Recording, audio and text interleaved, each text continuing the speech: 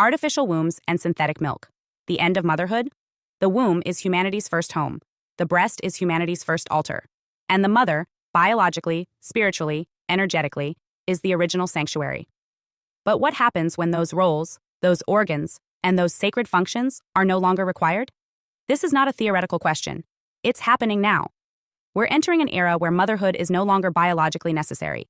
The body of the woman, once honored for its generative power, is being phased out in favor of clinical precision, technological control, and synthetic replacement. Artificial wombs and lab-grown milk aren't future possibilities. They are current technologies. And they are already being positioned as upgrades to the human design. Let's begin with the womb.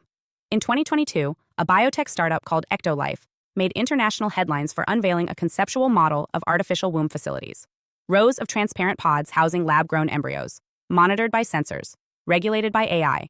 No pregnancy required, no hormonal fluctuations, no stretch marks, no childbirth, no mother. The idea is framed as compassionate, an option for infertile couples, for high-risk pregnancies, for women who don't want to carry. But look closer, and the vision is not about healing infertility. It's about centralizing reproduction, about taking birth out of the hands of families and placing it into the care of systems, industrial, technological, government-approved systems. Artificial wombs are already functioning in animal trials. Lambs have been brought to term in fluid-filled biobags. Researchers around the world, from Japan to Israel to the United States, are racing to scale the process for humans. And once it's safe and efficient, the pitch will be obvious. Why risk a messy, painful, unpredictable birth when you can grow your child in a clean, controlled, optimized pod? But what gets lost in that pitch? The bond that begins in the womb. The hormonal symphony of mother and child. The transfer of information, emotion, spirit. The womb is not just a vessel. It's an environment of energetic encoding. The child absorbs not only nutrients, but vibration, thought, stress, love, rhythm, memory. Every kick is a conversation. Every beat of the heart is instruction. Remove that, and what's left? A child brought into being by machines. A mother who never carried. A lineage that never touched. Now consider the second wave of removal, synthetic milk. For decades, formula has been marketed as an equal alternative to breast milk, but biologically, it never was. Breast milk contains live enzymes, antibodies, hormones, and complex signaling molecules that adapt moment by moment to the child's needs. It is personalized nutrition. It is immune programming. It is intimacy. Formula is food. Breast milk is communication. Now enter lab-grown breast milk. Companies like BioMilk and TurtleTree creating milk in bioreactors using mammary cells and gene editing technology. Again, the framing is positive, a sustainable, cruelty-free, motherless solution. But once again, the shift is not toward healing. It's toward standardizing life. The more we normalize milk without mothers, the easier it becomes to justify wombs without women. And the more we centralize nourishment and birth, the more externalized the family becomes.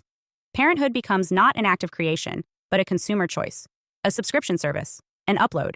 And this is the deeper goal, to transform the most sacred human processes into products. What once required two people, love, polarity, commitment, and faith, can now be ordered, assembled, and delivered. Designer embryos, lab-grown infants, digital tracking of every biological function, no mess, no risk, no mother, no father, and no soul touch. Because here's what doesn't come in the pod: the human imprint, the voice, the emotion, the warmth, the divine co-creation between man, woman, and God. Technology can mimic biology, but it cannot carry spirit. And without spirit, you don't have a child. You have a simulation. This is the end of motherhood, not because mothers are vanishing, but because systems are making them optional. And when motherhood becomes optional, it becomes obsolete. And once obsolete, it becomes replaceable. So why is this happening? Because motherhood is power. The mother is the original portal between worlds. She receives life from the unseen and brings it into form. She transmits not just DNA, but frequency, memory, language, belief, prayer. The mother is the priestess of incarnation. To remove her is to remove that gate. And in her place, we are being offered clinical priesthood.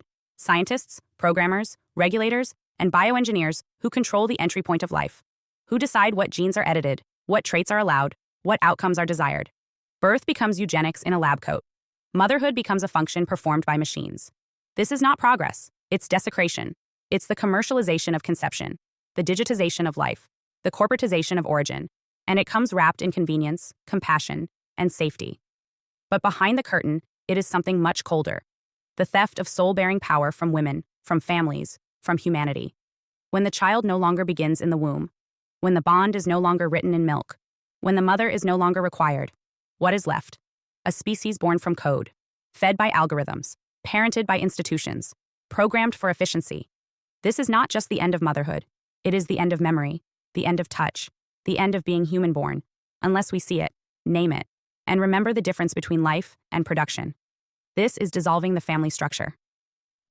Hi, I am Adeline Atlas, 11 times published author, and SOS, School of Soul has a brand new series, the AI and Future Technology series. Look, you know the world is changing, and no, it's not going back to normal. Normal is over, and what's coming next is beyond anything we were prepared for. The School of Soul, AI and Future Technology series includes 319 videos on 1. The Download Society, How Data Has Replaced Destiny. 2. Predictive Future, Your next moves aren't random, they're forecasted. 3. Social Credit Systems, The Behavioral Economy Now Governs Access. 4. Hive Mind, Synthetic Telepathy and Collective Algorithmic Control. 5. Nanobots Inside You, Medical, Military, and Programmable Intrusions. 6. Grief Tech, AI-fueled digital resurrection and simulated comfort. 7. Uploading your mind, consciousness transfer and data-based identity. 8. Deep fakes plus AI clones, the replication of reality and identity theft. 9. Quantum humans, the merger of biology with quantum systems. 10. Digital afterlife, where your data goes when you die. 11. Resurrection science, reviving life through synthetic methods. 12. Immortal science, the end of death as we know it. 13. Longevity science, gene editing, anti-aging, and bio-upgrades. 14. Designer babies, engineered perfection before birth. 15. Artificial wombs, birth decoupled from the female body. 16. 3D printing, printing organs, limbs, and even humans. 17. The humanoid era, the rise of synthetic beings among us. 18. Legacy humans, the slow phase-out of unmodified analog people. 19. Smart cities, algorithmic environments that watch and decide. 20. Cloud-based societies, citizenship without borders or bodies. 21. Hackable humans, emotion, memory, and behavior under code. 22. Biometric scanning, your body is your password and your prison. 23. Sex tech, intimacy reprogrammed by machines. 24. Extinction of gender, fluidity, deletion, and design of identity. Every topic is fully explored with real-world technologies, patents, case studies, ethical analysis, and future forecasts. These aren't someday discussions. This is already happening. Join the SOS School of Soul Vault to overstand the future before it's implemented on you.